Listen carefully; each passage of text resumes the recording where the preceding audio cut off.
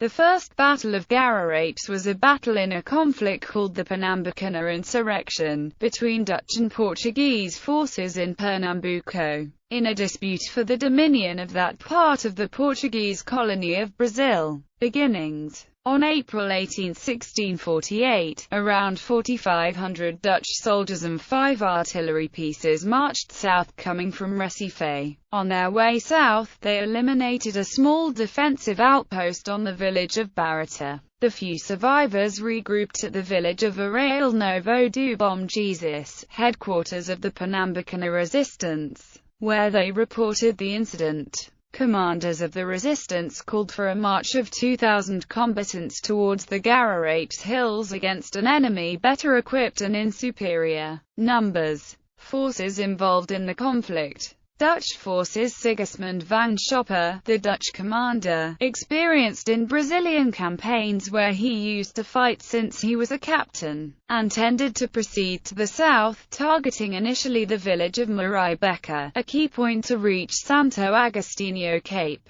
His plan was to isolate the resistance troops from reserves and supplies that might have come from the south, and then have them destroyed by his superior force. Portuguese forces. Francisco Barreto de Meneses, the Portuguese commander, had recently arrived to that region and decided to follow his subordinates' suggestions. They would go to their enemy instead, and force the Dutch troops into a decisive encounter. This was a bold move, considering they were in half the numbers of their adversaries, and had no artillery. At this point, information sent from the fallen Barreto outpost had come to them, and they knew exactly the size and equipment available to the Dutch forces. Battle. At the beginning of the fight, von Schoppe may have realized that he would have to fight a much stronger force than the one he had defeated in Barreto. Also, the opportunity to choose the proper place to meet a superior force was crucial for the Portuguese victory. The terrain was damp, mostly swamp, and did not allow for the classical in-line formation of European armies. Forced into a narrow front, the Dutch's advantages had been almost nullified.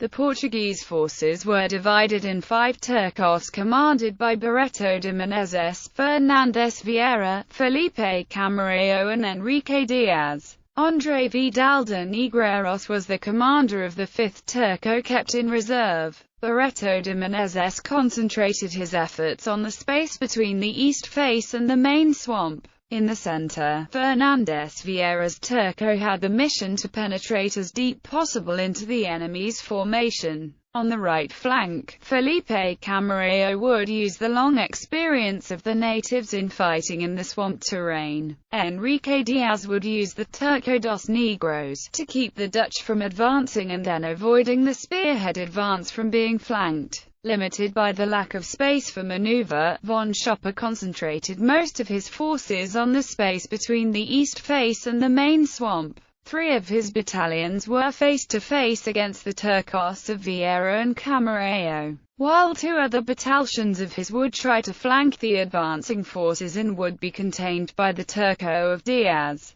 2 Dutch battalions would not be allowed to maneuver and would stay back, out of action. The closed space also did not allow the use of firearms to its full potential and maximized the use of native weapons and the short sword. Diogo Lopes Santiago, a possible eyewitness of that event, gives his gruesome account of that encounter. And as they ran away, our soldiers would follow them with their swords with cuts and slashes, cutting legs, arms, heads, some killing, others wounding badly, laying on the field bodies without arms, trunks without heads, holding their sword in the middle of those squadrons. Piles of enemies, giving spokes to some and to others death, showing the sword, tinted in blood.